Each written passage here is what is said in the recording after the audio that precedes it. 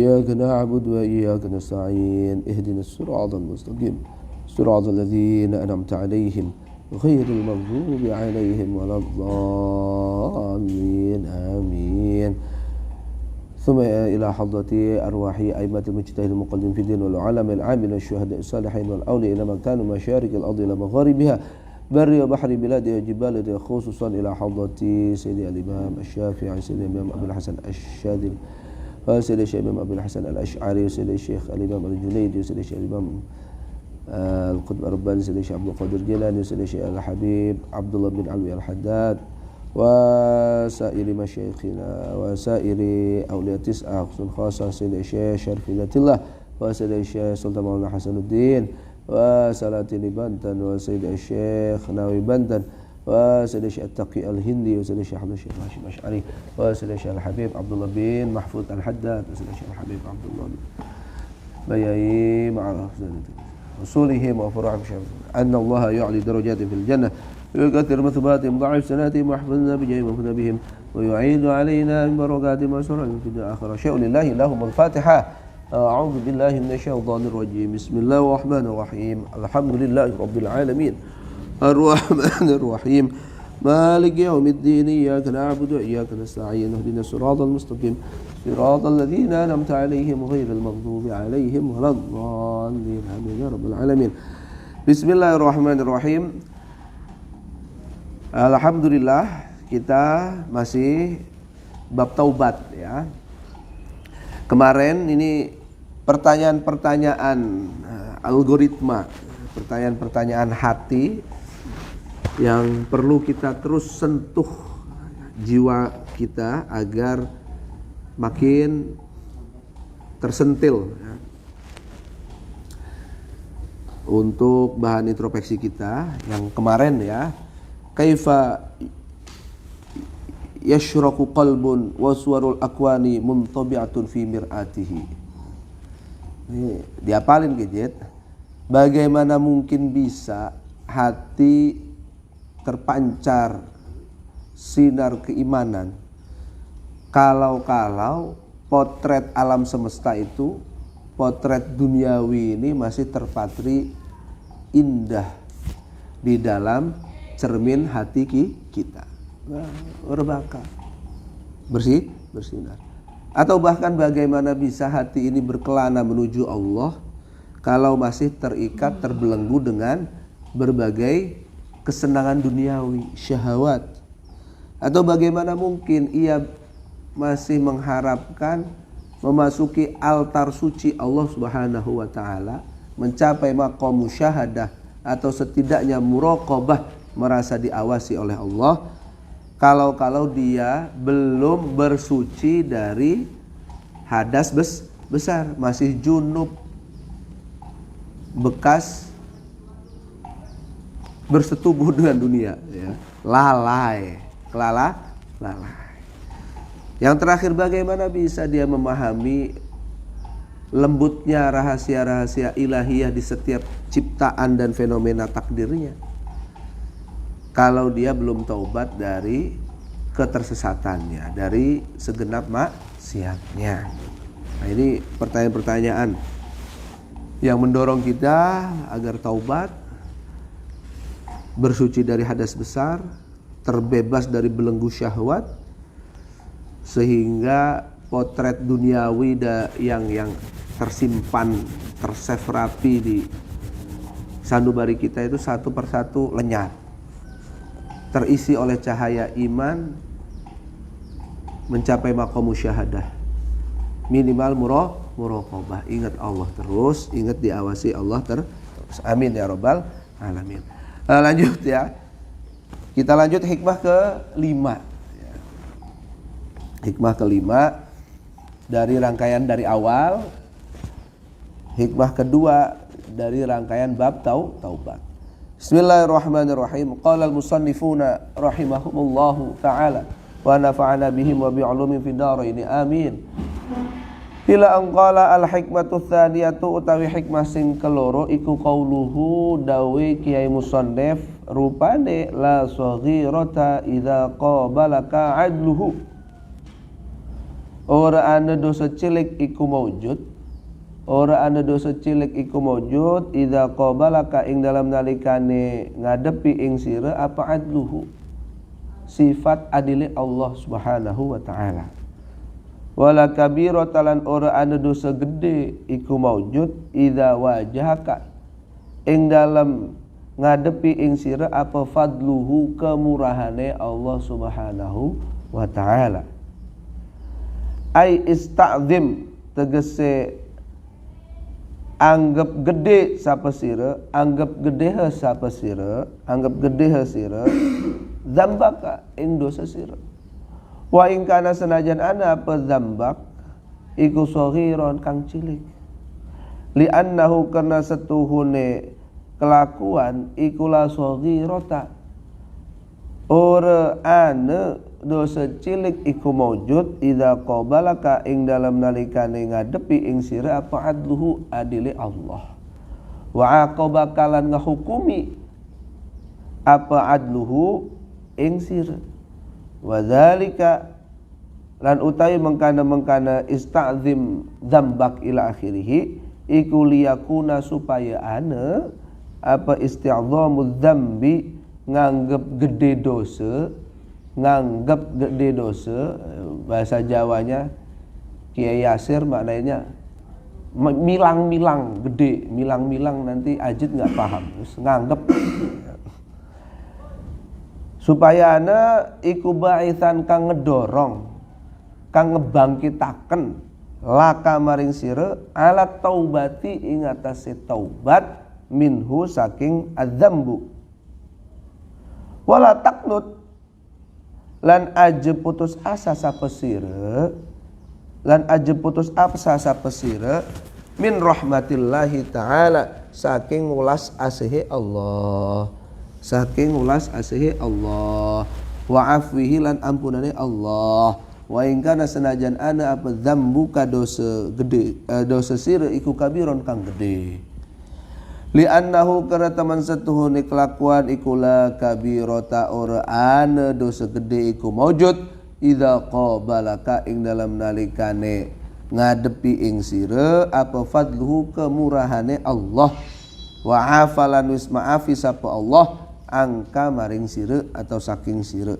Wal mukminu lan utawi wong kang iman sejati, lan utawi wong kang iman sejati ya iku yakunu ana sapa mukmin iku bainal khaufi ing dalam antarane maqam khauf wedi maring Allah, wa raja ilan maqam raja ngarep maring Allah.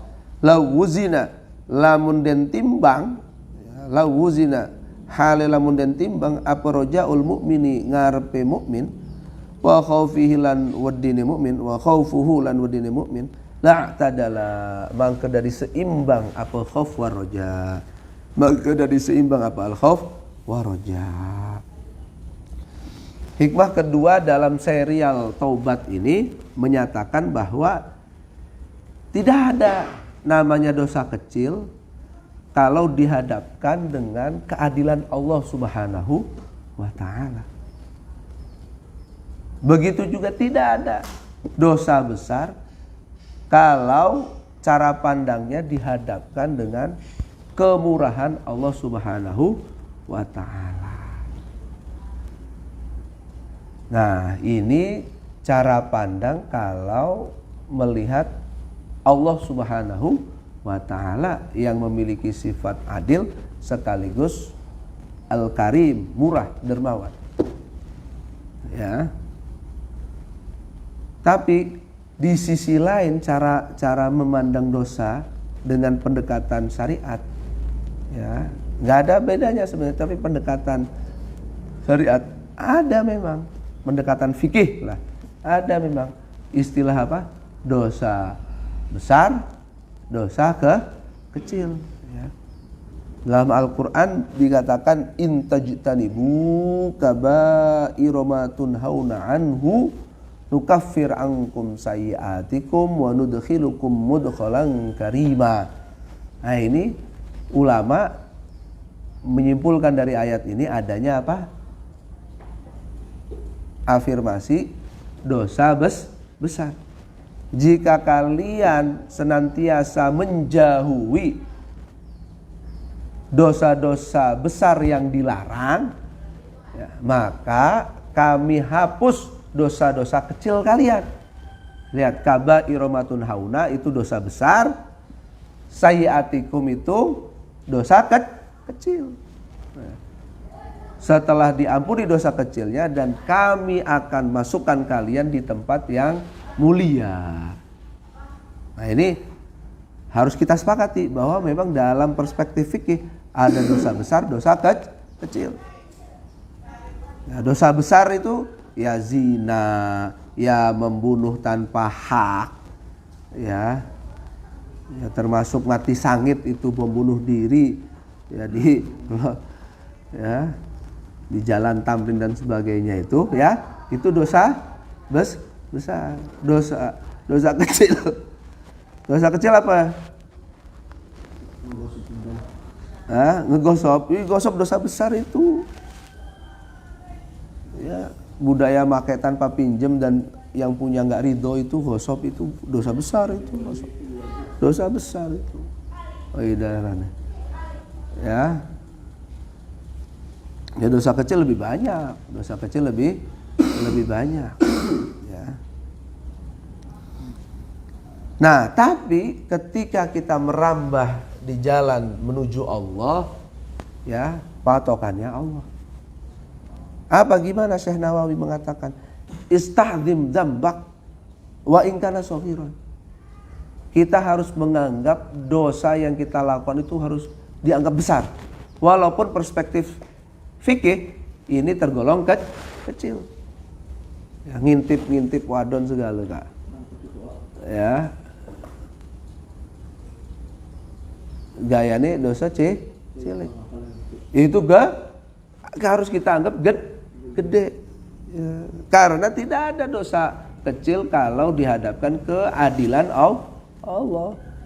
Ya malulah kita ini, malu. Allah itu sudah adil menciptakan kita manusia terbaik dan sebagainya. Kok masih ngelakoni dosa walaupun kecil. Nah, logikanya sekarang anak-anak muda ini, ya, melukai hati istri aja, atau naudzubillah aja duwe pacar, sedikit aja melukai hatinya, waduh kepikirannya, padahal biasa aja itu, nong sirane gendut amat, iya sirama emang wis ora demen maning kalau kita, padahal ngomong sedikit, dan itu dosa kecil itu bagi kita suami istri, tapi ruwetnya minta ampun. Nah, harusnya begitu ke Gusti Allah juga, walaupun ini kecil, ya, kita lakukan, itu malu kita, ya. Ini Allah, ya. Supaya apa? Menganggap dosa kecil dianggap besar, itu supaya kita termotivasi untuk segera taubat. Ya, dalam Nasoihul Ibad dikatakan la soghirata ma'al isror. Tidak ada namanya dosa kecil kalau dilakukan secara kontinu, secara terus menerus. Ini akan membentuk karakter fasik, munafik, yang awalnya nyolong ayam, telurnya dulu, telur sukses baik nyolong ayam, nyolong ayam sukses baik nyolong bebek gitu kan. Woi, kok makin jadi koruptor ya. Jadi kita putus dari sekecil apapun dosa, harus segera taubat. Malu sama yang ngasih kehidupan, nafas. Ya, jangan lihat dosa kecilnya, lihat di hadapan siapa kita melakukan itu. Di hadapan Sang Kekasih sejati kita, Allah Subhanahu wa Ta'ala. Kok ya masih gitu ya, tega-teganya ngelakuin dosa. Tapi manusia, ya, diberi syahwat melakukan dosa, itu manusiawi sekali, ya, manusiawi sekali, agar kita membutuhkan rahmat Allah. Klausa kedua, wala kabirota idza wajahaka fadluhu. Ya, tidak ada namanya dosa besar itu kalau dihadapkan kemurahannya Allah. Ya. Di hadapan Allah yang mengasihani kita, ya. Allah sudah memaafkan hambanya, asal hambanya mau taubat. Kata Syekh Nawawi, wala taqnut min rahmatillah wa afwihi wa in kana dzambuka kabiran. Kamu jangan menyerah, jangan putus asa, jangan pesimis dari kasih sayangnya Allah dan ampunan Allah, walaupun dosamu itu besar. Karena nggak ada ceritanya dosa besar ya ketika kita timbang-timbang dengan betapa luasnya kasih sayang Allah. Jadi tetap harus taubat, ya. Jangan merasa sebab dosa besar kita makin jauh ke Allah, tambah jauh, enggak. Justru ini momen kita untuk lebih dekat dengan Allah Subhanahu wa taala. Ya. Pasti Allah mengampuni kita. Selagi dosa yang kita lakukan memang murni berkaitan dengan hak-haknya Allah. Kalau ada sangkut pautnya dengan perkara manusiawi, hak-hak adami, ya selain taubat ke Allah harus minta maaf, minta halal, minta ikhlas ke manusia yang bersangkutan, ya. Jadi pepatahnya huququllah mabniyatun alal musamahah. Hak-hak Allah itu terbangun atas fondasi ya penuh dimaafkan. Kalau Allah nggak sholat, cukup istighfar, qadha beres, ya, dan sebagainya itu cukup minta ampun ke Allah langsung. Tapi wa huququl ibad mabniyatun ala al musyahah, ya, hak-hak adami itu berkaitan dibangun atas fondasi saling padu, saling dialog, saling minta maaf, harus minta maaf ke yang bersangkutan. Ya, kamu korupsi dan sebagainya, minta maaf ke Allah di depan Ka'bah, nggak bakal diampuni kalau kamu belum minta maaf ke rakyat Indonesia, belum minta maaf ke harta yang kamu korupsi. Ya, naudzubillahi min dzalik. Wala kabirata ma'al istighfar. Tidak ada dosa besar kalau terus istighfar. Itu, ya. Jadi intinya apa? Seorang mukmin itu harus berada di tengah-tengah antara rasa pesimis, takut pada Allah maupun optimis, penuh harap kepada Allah. Jadi kalau ditimbang rasa takut dan harapnya seimbang, itu seorang mukmin sejati. Ada cerita sahabat Abdullah bin Abbas didatengin seorang yang nangis minta kira-kira saya ini bisa diampunin enggak, katanya. Apa?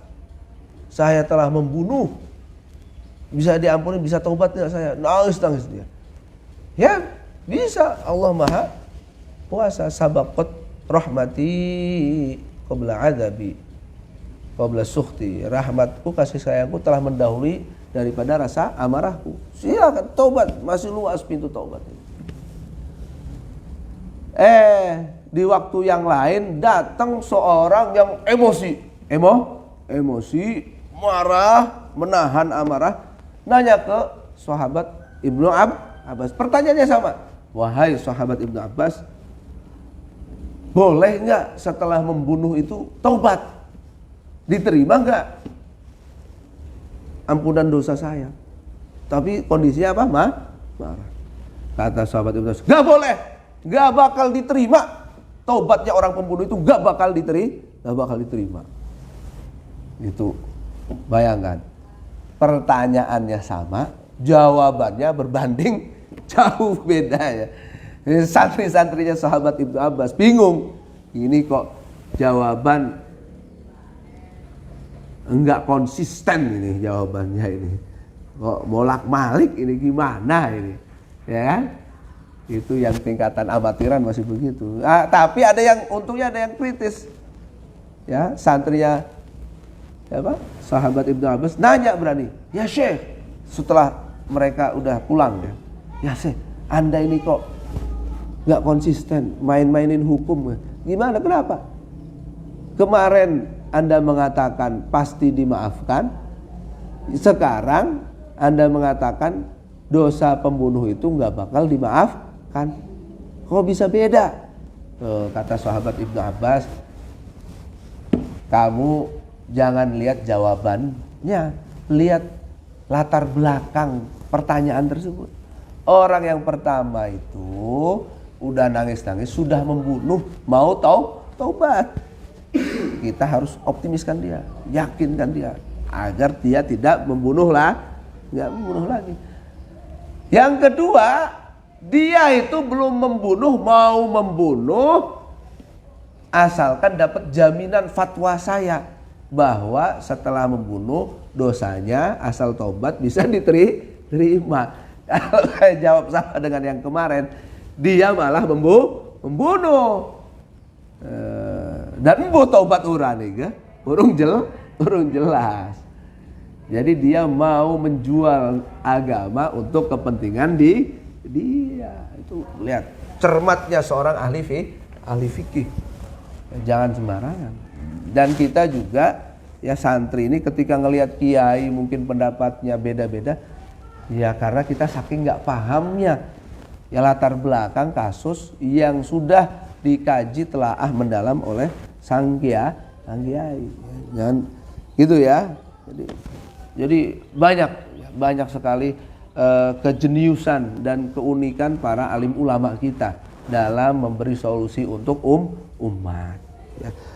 Waruwiyalan dan riwayatakan apa anna aliyan setuhune Sayyidina Ali radhiyallahu anhu iku qala dawu sapa Sayyidina Ali li ba'di waladihi maring sebagian anake Sayyidina Ali, ya bunayya he anak ingsun, anak cilik ingsun atau bocah ingsun, khafillaha khaufan wedi sira Allah ing Allah khaufan kelawan wedi taro kang bisa ningali sapa sira annaka ing setuhune sira iku lau ataita lamun nekani sapa sira bihasanati ahlil ardi kelawan pira-pira kebagusane wabeh penduduk bumi lam yataqabbal hak mangke ora bakal nerima sapa Allah ing hasanati ahlil ardi mingka saking sira warjulan ngarepe sira Allah ing Allah rojaan kelawan pengarep taro kang bisa ningali sapa sira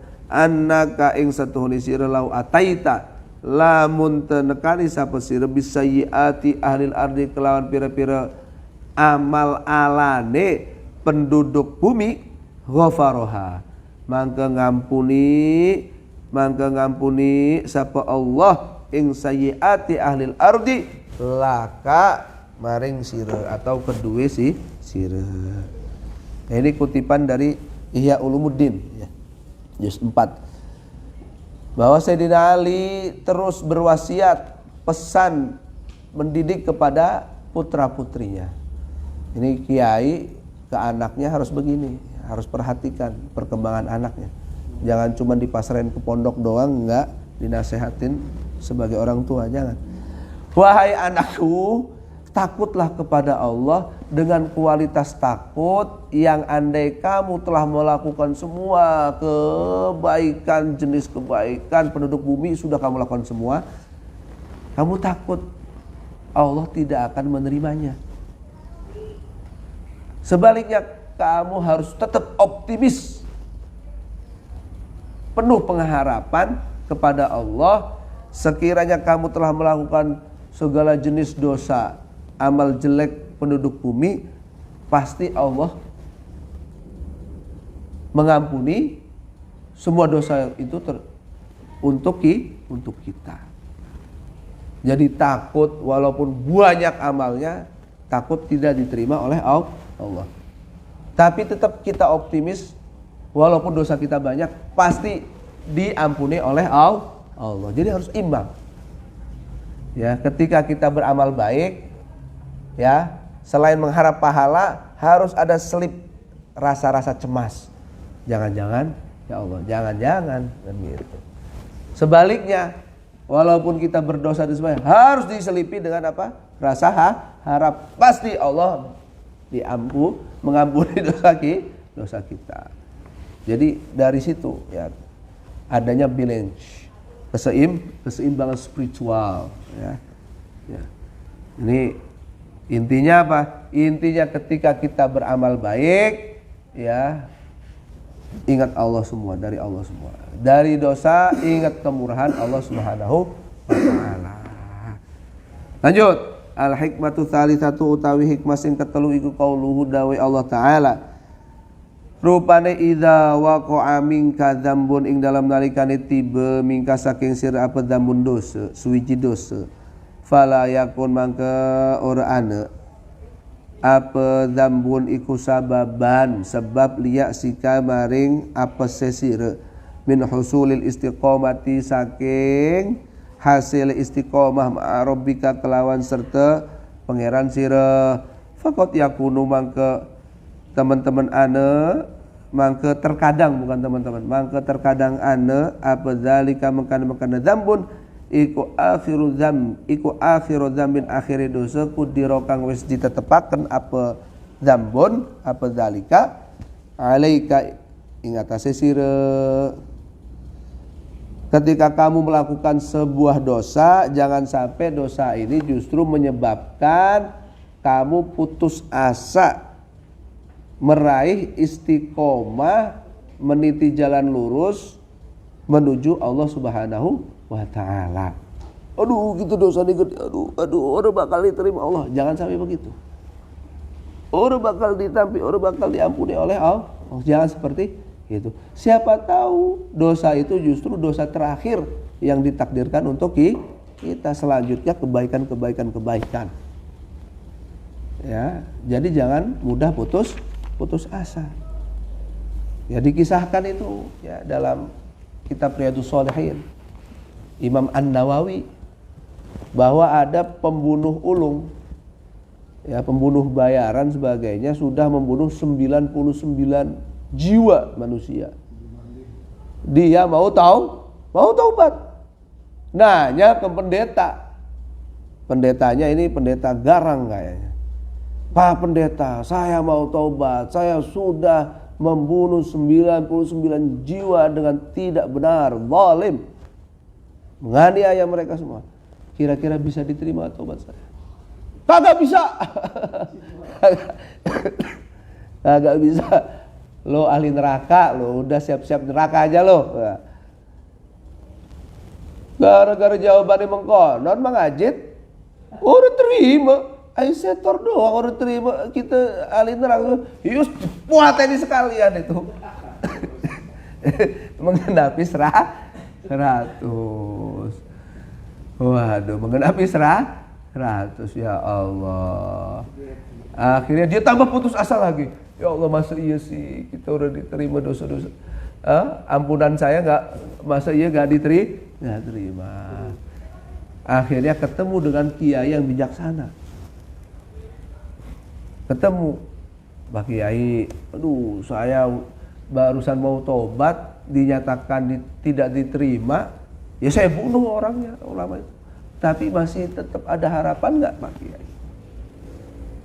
Saya mau tobat, diterima oleh Allah. Kata Pak Kiai, masih, tenang aja. Tapi kamu harus pindah tempat, ya, menuju sonono. Akhirnya apa? Dia apa? Hijrah, pindah menuju tanah yang ditunjuk sang kiai. Beliau di sini, tanahnya di sini. Ini perbatasannya. Pindah kok, ning kampung kana kok. Pindah, baru nyampe perbatasan desa hijau ini yang ditunjuk kiai, meninggal Bang Pi. Si pembunuh tadi meninggal di situ. Akhirnya turun malaikat catat amal dan sebagainya, ya. Debat iki ahli surga atau ahli neraka. Jereh malaikat siji nih. Weh, ya jelas ahli neraka. Ahli neraka 100 jiwa dibunuh orang manjing neraka. Tapi jereh malaikat siji nih. Weh, boten ini masuk surga karena dia sudah dalam rangka hijrah menuju Allah Subhanahu wa ta'ala, sudah menyesali. Debat akhirnya diputuskan ya. Coba udah diukur baik. Tubuh yang jatuh tergeletak itu lebih banyak mana? Dia tubuhnya ke tanah yang gelap tadi ataukah sebagian besar di tanah hijau ini? Diukur. Masya Allah. Keajaiban. Ternyata apa? Tubuh dia yang terentang itu lebih banyak sudah berada di tanah hijau. Akhirnya apa akhirnya? Oh, berarti ini sudah dimaafkan semua dosa-dosanya. Mancing ahli surga. Itu ada itu Riyadhus Shalihin itu. Saya udah pernah ngaji udah paham mungkin kebijaksanaan ya. Dan Riyadhus Shalihin dalam muqaddimahnya Imam An-Nawawi ahli hadis yang dipertanyakan ini hadis dhaif, jangan. Sudah meneliti dan memastikan bahwa semua hadis-hadis motivasi di Riyadhus Shalihin itu pasti apa? Sahih minimal hasan, enggak ada dhaifnya. Ini ahli hadis, Bos. Pensarah Sahih Muslim. Jangan diragukan ini hadis dhaif, ini hadis hasanah minimal. Kalau enggak sahih. Ya. Ini dalil ya menurut kiai saya almarhum Kiai Haji Ma'ruf Zainuddin ya, bahwa apa? Ada memang istilah apa? Tanah bagus sama tanah jelek, itu ada memang istilahnya. Ada. Memang ada. Tanah bagus, tanah jelek. Dan terbukti Syekh Al-Bagir, Syekh Subakir, Syekh Samsuddin Al-Bakir Al-Farisi itu tumbalnya supaya mengamankan bumi Jawa ini dari makhluk-makhluk halus, tidak diganggu lagi para dai penyebar Islam, itu menebarkan tanah Persia di Gunung Karang, di Gunung Pulau Sari, di tempat Gunung Tidar segala disebarin, mengaupi apa? Tanah apa? Persia ke sekitar itu. Supaya apa? Tanah kita semua ini tanah bagus, jadi dirubah. Berkat pagar-pagar spiritual yang dipasang Syekh Subakir, alhamdulillah setelah itu sukses itu dakwahnya. Sukses, berbondong-bondonglah umat Hindu, Buddha, Sunda Wiwitan dan segalanya itu masuk Islam. Itu dari tanah, faktor tanah itu penting, Pak. Masya Allah. Al-Fatihah untuk Syekh Subakir. Fatihah. A'udzubillahi minasyaitonirrajim. Bismillahirrahmanirrahim. Alhamdulillahirabbil alamin, arrahmanir rahim, maliki yaumiddin. Iyyaka na'budu wa iyyaka nasta'in. Ihdinas siratal mustaqim. Shiratal ladzina an'amta 'alaihim ghairil maghdubi 'alaihim waladdallin. Jadi tumbalnya itu menebarkan tanah suci ya, tanah suci, tanah baik dari Persia, dari tanah beliau ke bumi Jawa ini. Luar biasa ya. Yaitu tumbal Islaminya begitu. Mengada-ngada ada dalil mau kan. Ya, dalil mau kan. Padahal dalam catatan sejarah Islam datang ke Indonesia, ke bumi Jawa, bumi Malaka dan sebagainya ini, Indochina ini, ya ada yang mengatakan zamannya Sayyidina Utsman, ada yang mengatakan Sayyidina Muawiyah dan sebagainya.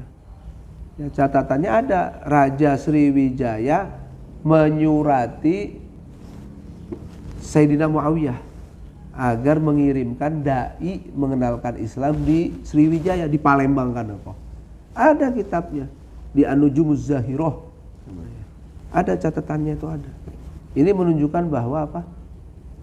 Islam beliau sudah mengenal Islam jauh sebelum era Sayyidina Muawiyah. Berarti di era Khulafaur Rasyidin. Ya, catatannya Sa'ad bin Abi Waqqas itu 2 kali bolak-balik Cina. Kalau mau ke Cina, mampir deh mining Sumatera. Mampir deh ngasoh deh mining pelabuhan Sumatera kan. Lah itu otomatis penduduk kita sudah mengenal apa? Islam. Cuman tadi nggak diterima baik secara luas. Sampai datanya saya Subakir masang tumbal Islami tadi, naurakan apa rane tanah Persia ke tempat-tempat strategis, ya petilasan-petilasan. Akhirnya alhamdulillah setelah itu dilanjutkan era Wali Songo, ya, radhiyallahu anhum ajmain wa nafa'ana bihim wa bi'ulumihim fid dharain. Lanjut ini. Ya, kata Syekh Nawawi menafsirkan hikmah ini, ya, jadi dosa apapun jangan menyebabkan menurunkan optimisme kita makin pesimis jauh dari Allah. Justru dosa ini harus kita manfaatkan momentum untuk lebih PDKT lagi kepada Allah. Ai idza sodara tegese ing dalam nalikane terbit metu mingka saking sira pedambun suwiji dosa. Fala yakunu mangka ora ana apa dzalika dzambi mangka ora kena ana apa dzalika dzambu mengkana dosa iku sababan dari sebab liya si kamaring putus asa sira min husuli sidqil ubudiyati saking hasile benere atau temene menghamba ma'arabbika kelawan pangeran sira bal ij'alhu. Fa innahu bahkan kadang bisa jadi gitu. Kadang bisa jadi dosa tadi itu dosa yang terakhir yang ditakdirkan untuk kamu. Kamu sudah beres dari itu, sisanya justru waktu kamu kembali kepada Allah Subhanahu wa ta'ala menjadi hamba pilihan. Amin ya rabbal alamin. Wal hikmatur rabi'atu utawi hikmah sing kepapat iku qauluhu ta'ala. Udahlah, wallahu a'lam bis-shawab. Nanti lagi kita terusin. Semoga bermanfaat. Salam betul. Wes. Sekolah aneh loh. Guru Jawa 5